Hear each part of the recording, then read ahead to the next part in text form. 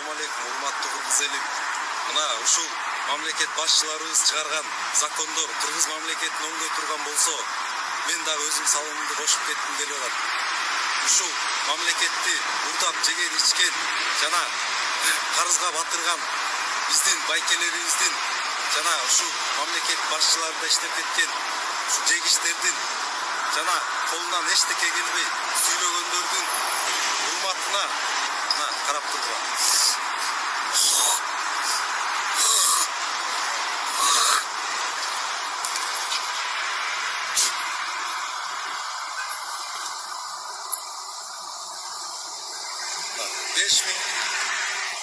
$5500 штрафыңарды келип алып кеткиле.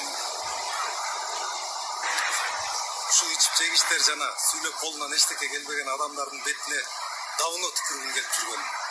Мына силерге ошол возможность келди мага.